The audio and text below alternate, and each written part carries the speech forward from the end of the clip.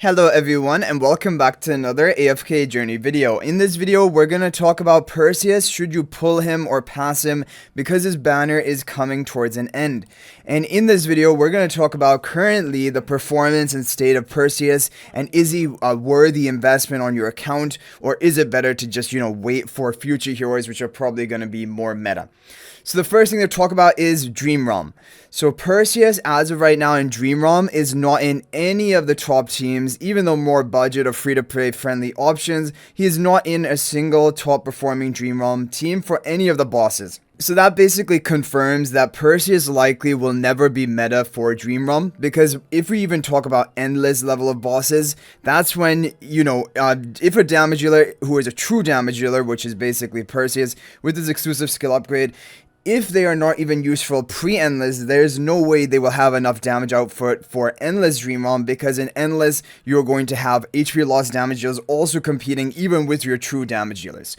So probably part of the reason is that we just currently have much better damage dealer options, and Perseus himself basically is just a damage dealer if you were thinking about him for boss content with just some minor buffs for the team.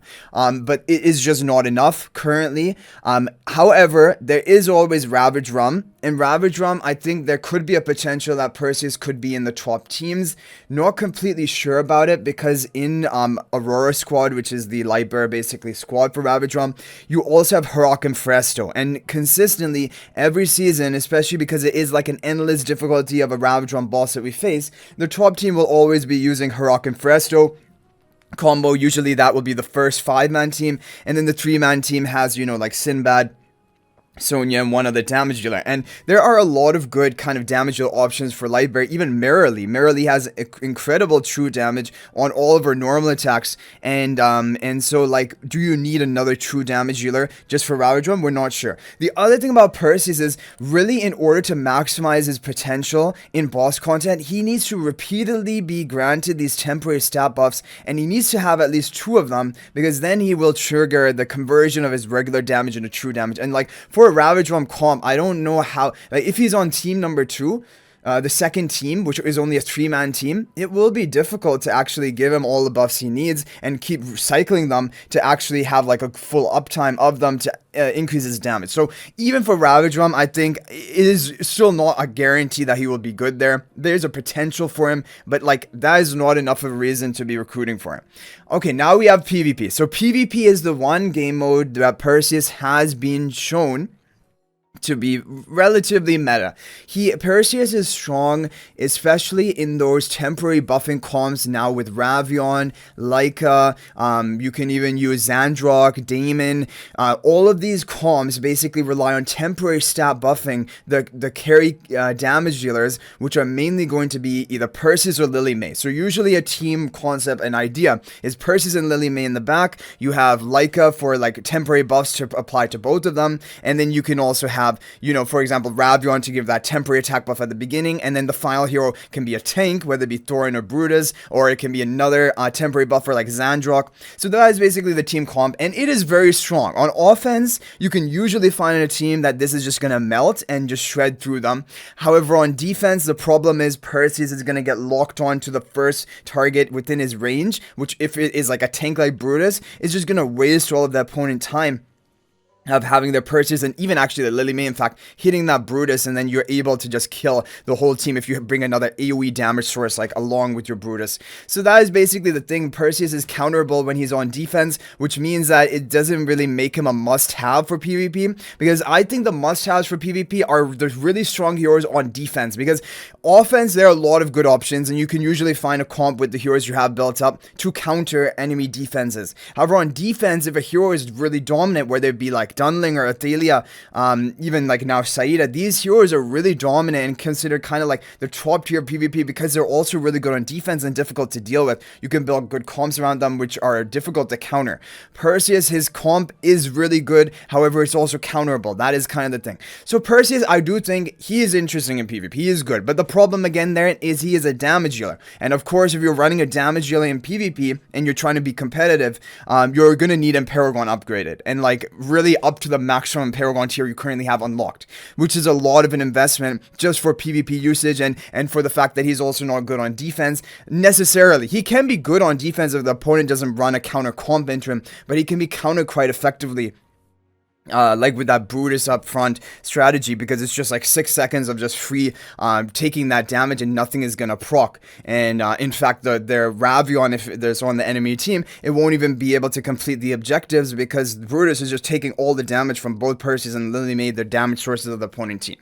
So yeah, there we have Perseus. So overall, I think it's a good hero, but also a hero that you can build over time on your wish list. That is the other thing. The S level Lightbearer wish list is not very packed. Like basically, you just have Siren as a Paragon upgrade priority. Other than that, Perseus can be your new Paragon upgrade priority for the S level Lightbearers and slot them into the wishes. And in Epic Recruitment, I mean, if you really want to build them up, you can even put them in the Epic Recruitment wish list as a Paragon upgrade priority if you want to do that.